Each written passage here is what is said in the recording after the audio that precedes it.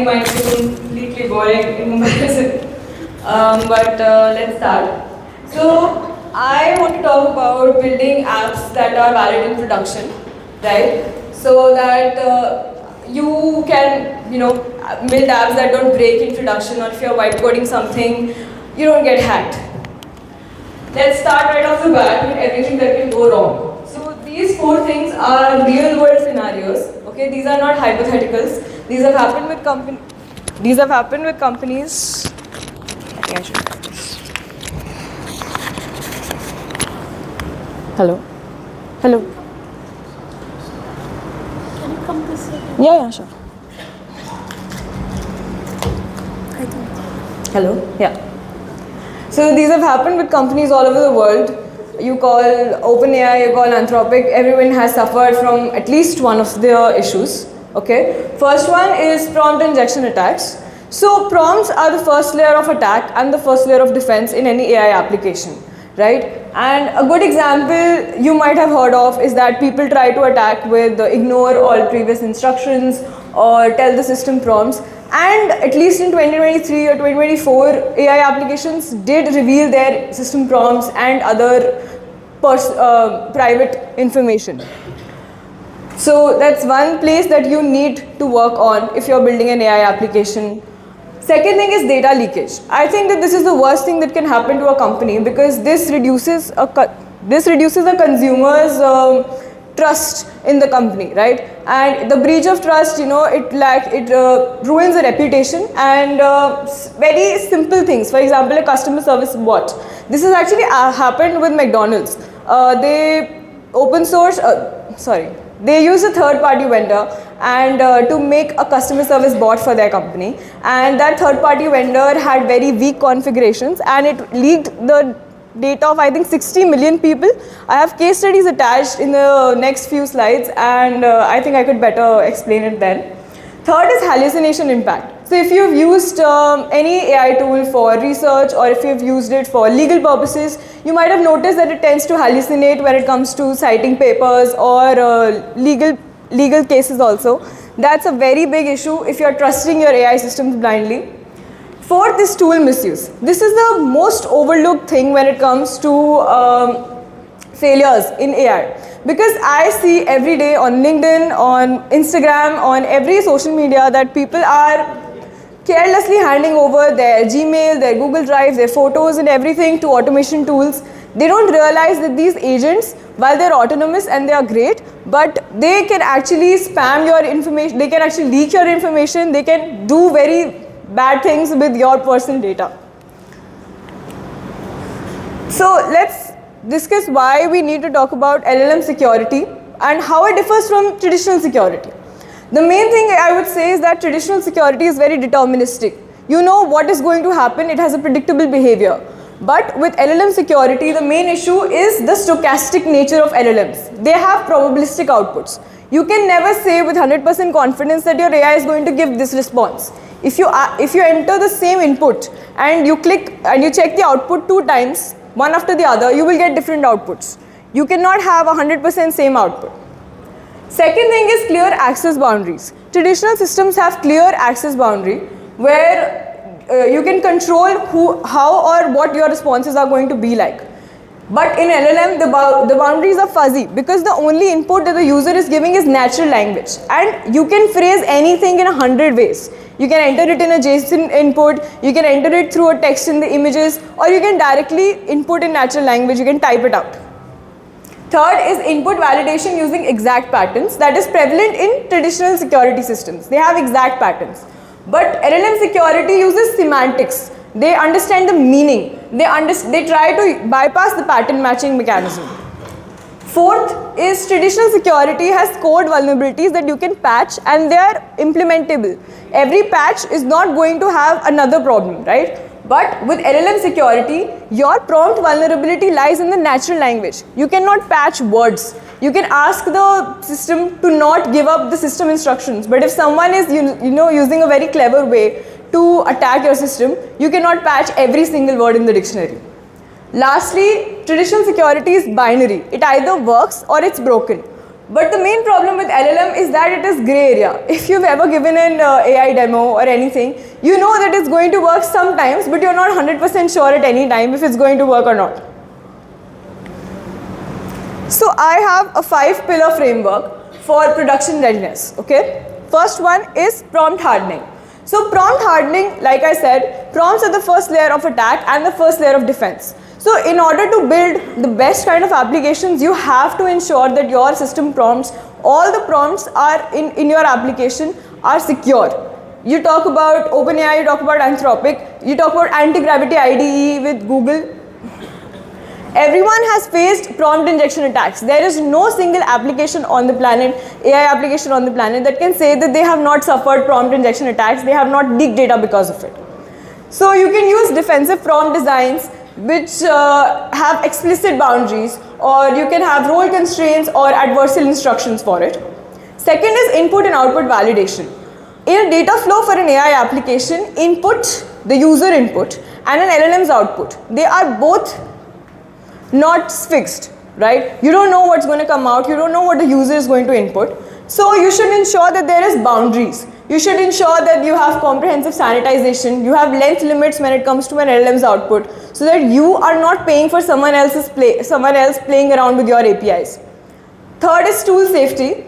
For tool safety, I think guardrails and approval flows should be ensured so that your LLM is not doing everything autonomously. For example, if you have a SQL database, you should not allow write-only functions, right?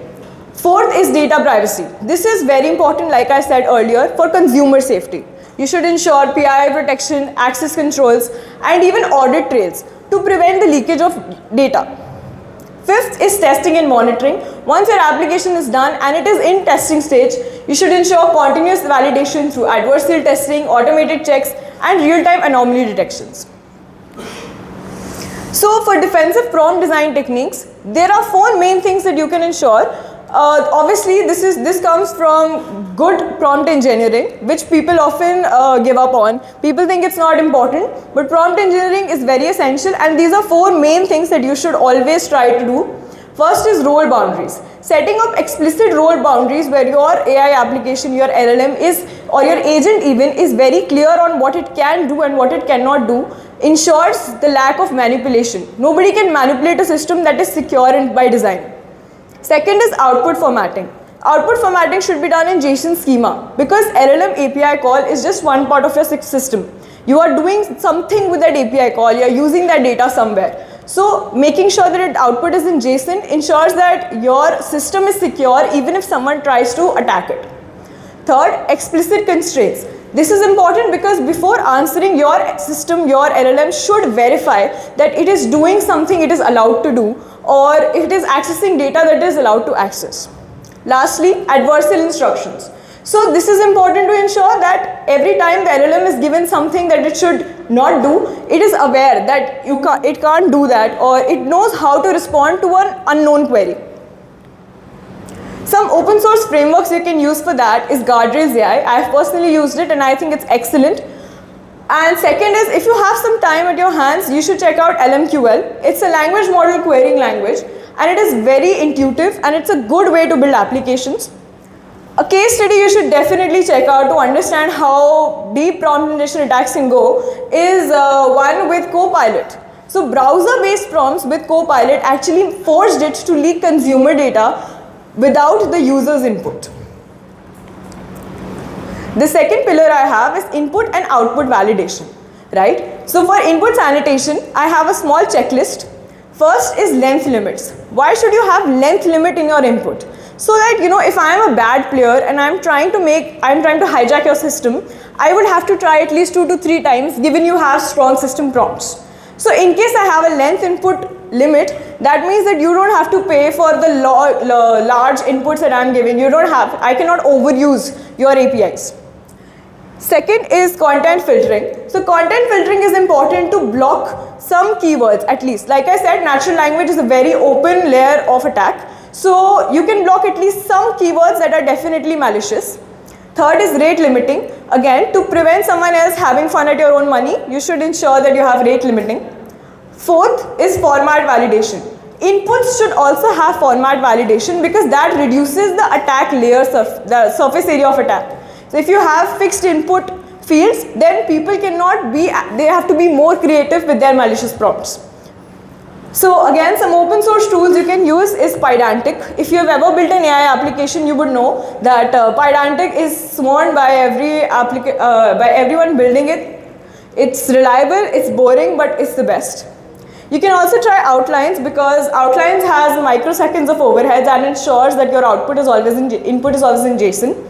Third is Microsoft Presidio. I really like Presidio because it has open source PII detection and it can also redact PII data, which is personal data, in images.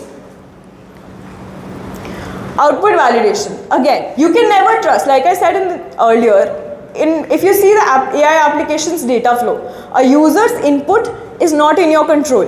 Similarly, an LLM's output is also not in your control. So you have to validate the LLM's response. You cannot trust it ever. First is schema enforcement. Again, you have to ensure that there should be an explicit structure in your response so that even if it is acting wrongly, if it is acting in a way that is not how you intend it to be, you can catch it easily in the schema. Second is confidence scoring. So in case your LLM is not confident about the answer, if the confidence of the answer is very low, you can directly use the fallback mechanisms, that is, that a human can intervene in case.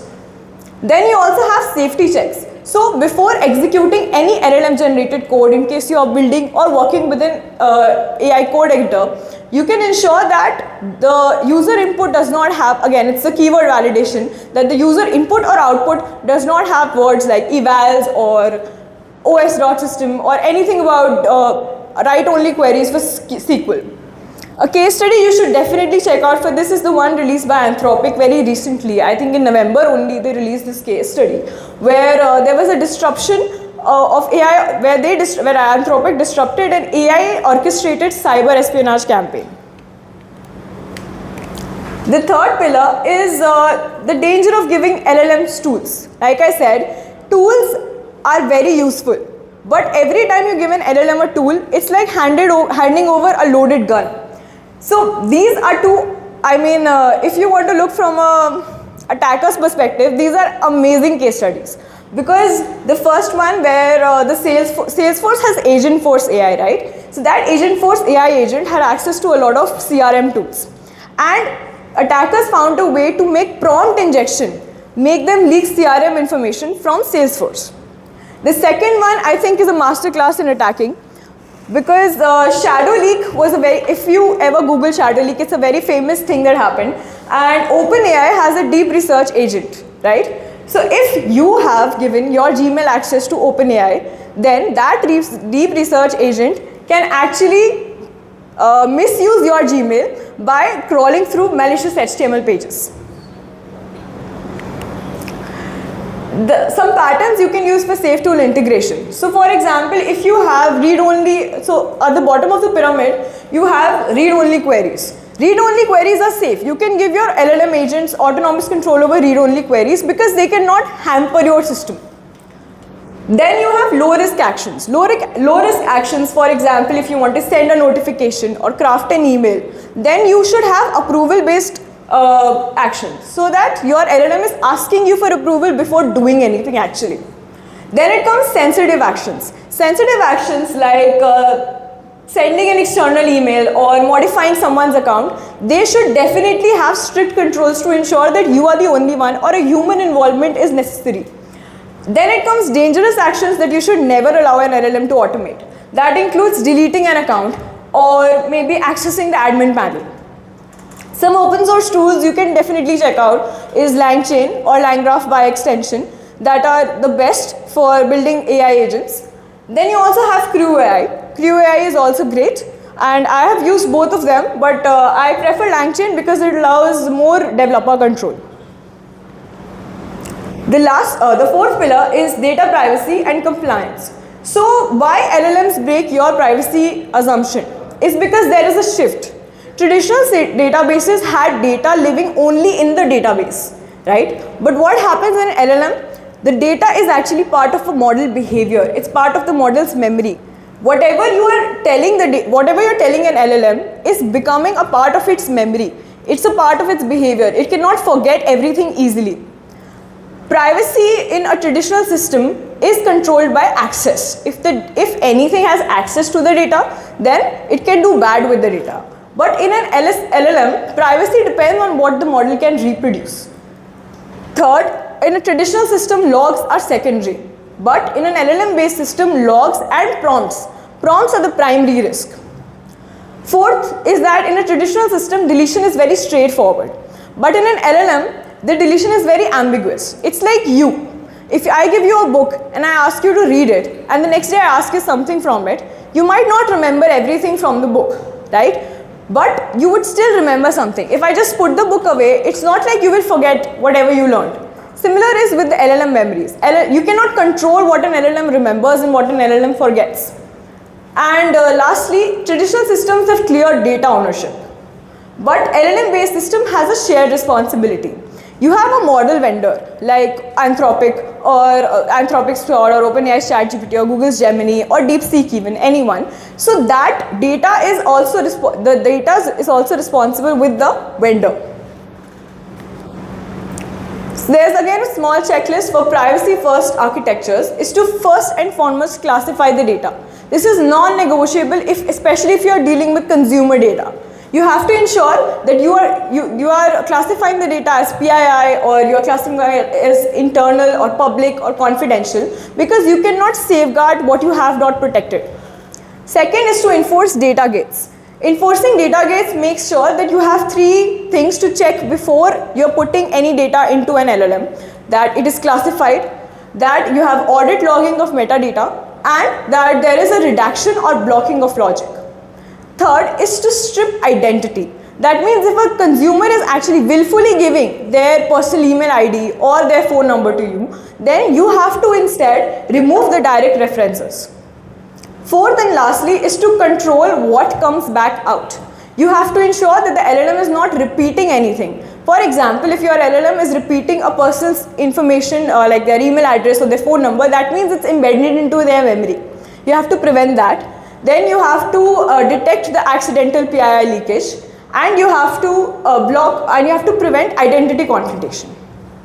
Open source tools for this is again Microsoft Presidio. That's the best. But you can also try PII Masker. A case study is the one that I was talking about earlier, is when McDonald's had an AI hiring tool and it had a weak password and it had weak configurations, because of which it leaked the names, emails, phone, location and shift preferences of 64 million people. Why? Because there was no PII redaction with their LLM chatbot. The last pillar is testing and monitoring. So here, this is the silent failure of an LLM, because they start to drift.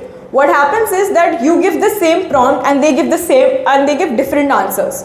So you have to ensure that there are safe behaviors in staging. And sometimes, I have personally faced this in City at least, that in any AI system you would face it, that even a small prompt tweak in system prompts or changing the models can drastically differentiate the responses.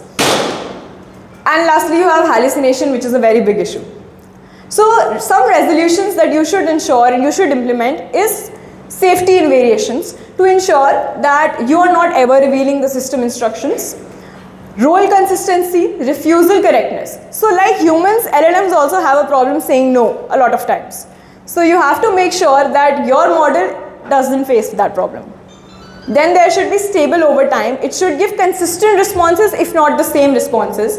And you should have production signals. This is the best indicator that users are escalating your problems, abandoning your problems, or retrying at least. The key problem with LLMs is that you cannot have unit test. You can have secluded unit test because it's a probabilistic system and the answers are always relative. Very good open source tool for this is DeepEval. It's the perfect library for LLM evaluation frame, and it's a perfect library and framework for LLM evals. I have used this again, and this has some inbuilt tests, some inbuilt metrics for hallucination, relevance, and even summarization scoring. You can try LangFuse for LLM observability and tracing. LangSmith by the LangChain company is also very good for that. And PromptFoo. PromptFoo is a very good framework for adversarial testing. It allows you to check so many things. It can come up with very creative prompt hijacking techniques. A case study you can read about is the 20 March 2023 ChatGPT outage, where 1.3% of ChatGPT's paid users were able to see the credit card information of other people. So it's not light. Like I said earlier also, you cannot take this thing very lightly. Final takeaway that I have is that you don't need to build perfect models. You just need to build defensive systems before you get to the users. This is a small resource list you can check out, and these are mostly very basic only, but you can also connect with me on LinkedIn. So I think that's pretty much it.